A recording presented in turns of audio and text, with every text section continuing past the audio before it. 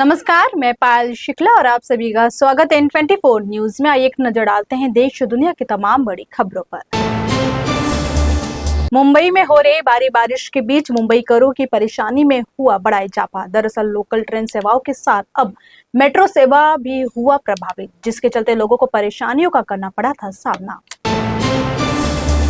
घाटकोपर से वर्सोवा के बीच होता है मेट्रो 1 का परिचालन। घाटकोपर से वर्सोवा की तरफ जाने वाली लाइन में अंधेरी स्टेशन के पास आई थी तकनीकी खराबी, जिसके चलते मेट्रो का परिचालन हुआ था बंद। मेट्रो सेवा में आई तकनीकी खराबी और परिचालन बाधित होने के बाद स्टेशन पर अफरा तफरी का मचा माहौल।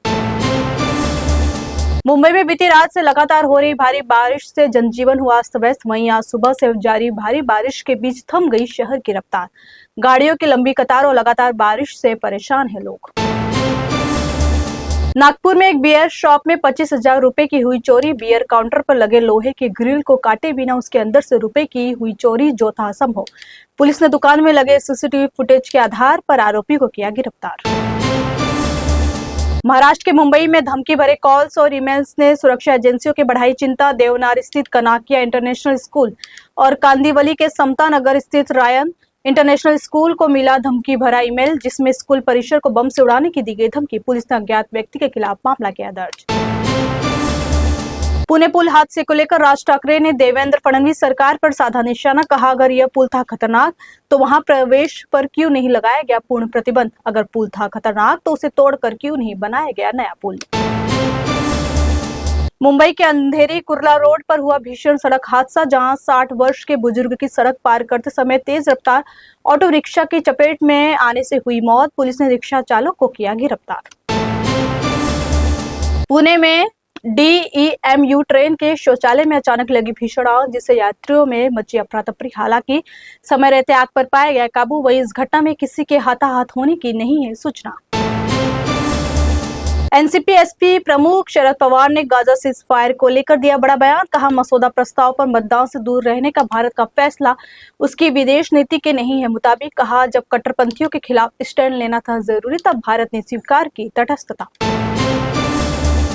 यूपी के अमरोहा जिले में हुआ दर्दनाक हादसा, जहां एक लाइसेंसी पटाखा फैक्ट्री में धमाका होने से 6 मजदूरों की गई जान, जबकि आधा दर्जन से अधिक मजदूर हुए घायल। मामले की जांच में जुटी पुलिस। गृह मंत्रालय की ओर से जातिगत गणना को लेकर आज आधिकारिक सूचना की गई जारी। इसके लिए मोबाइल ऐप भी किया गया तैयार। 16 भाषाओं में होगा पूरा प्रोसेस। 35 लाख से अधिक कर्मचारी इस पर डिजिटली करेंगे काम। जनगणना और जाति जनगणना को लेकर काफी लंबे समय से संसद में विपक्ष की ओर से उठाई जा रही थी मांग। देश को लंबे समय से जनगणना का था इंतजार और आज नोटिफिकेशन जारी होने के साथ इंतजार हुआ खत्म। जनगणना के लिए सरकार की ओर से की जा रही है व्यापक तैयारी।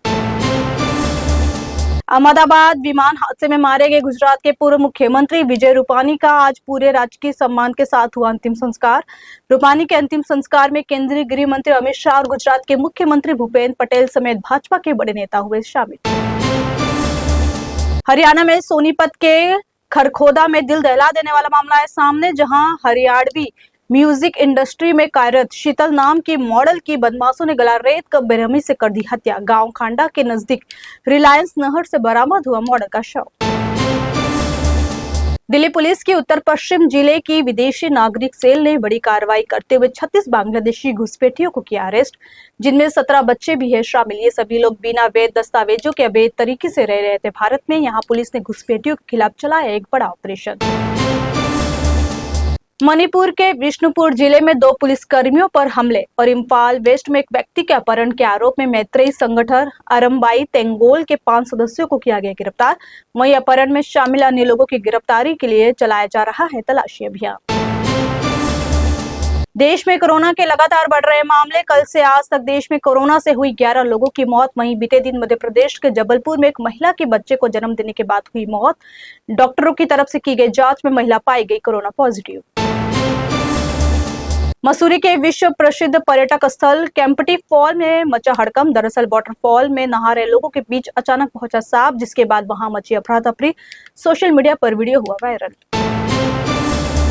सऊदी एयरलाइंस के एक विमान में लखनऊ एयरपोर्ट पर लैंडिंग के दौरान आई तकनीकी खराबी। विमान के पहिए से अचानक निकलने लगी चिंगारी और धुआं। सभी यात्रियों को निकाला गया सुरक्षित बाहर और फायर ब्रिगेड की टीम ने आग पर पाया काबू। एयर इंडिया के AI-315 और विमान में आई तकनीकी खराबी। दरअसल पायलट को विमान में तकनीकी खराबी का हुआ संदेह। वहीं सावधानी के तौर पर पायलट ने विमान को मूल हवाई अड्डे हांगकांग वापस लाने का किया फैसला। सुरक्षित रूप से हांगकांग हवाई अड्डे पर उतरा विमान।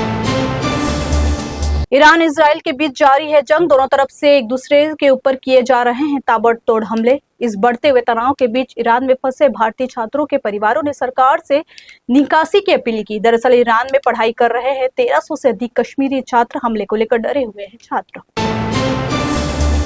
अमिताभ कांत ने G20 के शेरपा पद से दिया इस्तीफा। उन्होंने सोशल मीडिया के जरिए दी इसकी जानकारी। केरल कैडर के 1980 बैच के सेवानिवृत्त भारतीय प्रशासनिक सेवा अधिकारी कांत को जुलाई 2022 में भारत का G20 शेरपा किया गया था नियुक्त। इस योगदान के लिए उन्होंने पीएम मोदी का जताया आभार। मध्य प्रदेश के जबलपुर के नेताजी सुभाष चंद्र बोस मेडिकल कॉलेज के प्रथम वर्ष के MBBS छात्र शिवांश गुप्ता ने दी अपनी जान। शिवांश की मौत के मामले में पुलिस ने एकतरफा प्यार को बताया कारण। हालांकि शिवांश के परिजनों ने साजिश का लगाया आरोप और CBI जांच की मांग की। साइप्रस के राष्ट्रपति निकोस क्रिस्टोडोलिडेस ने प्रधानमंत्री मोदी को साइप्रस के सर्वोच्च सम्मान grand cross of the order of Makarios तृतीय से किया सम्मानित। पीएम मोदी ने इस सम्मान पर खुशी व्यक्त करते हुए इन दोनों देशों की मित्रता को किया समर्पित। इस दौरान उन्होंने कहा, भारत जल्द बनने जा रहा है दुनिया की तीसरी बड़ी अर्थव्यवस्था। प्रधानमंत्री नरेंद्र मोदी को 2014 से अब तक 23 देशों से मिल चुका है सर्वोच्च अंतर्राष्ट्रीय सम्मान। यह उनके कुशल नेतृत्व, वैश्विक कूटनीति और अंतर्राष्ट्रीय सहयोग में योगदान को ही दर्शाते। ये सम्मान भारत की वैश्विक प्रतिष्ठा, प्रधानमंत्री मोदी की प्रभावशाली विदेश नीति का है प्रमाण। फिलहाल के लिए इतना ही। देश और दुनिया की तमाम बड़ी खबरों के लिए जुड़े रहिए N24 न्यूज से। साथ ही N24 न्यूज के social media platform YouTube, Instagram और फेसबुक को लाइक, सब्सक्राइब और शेयर करना ना भूलें।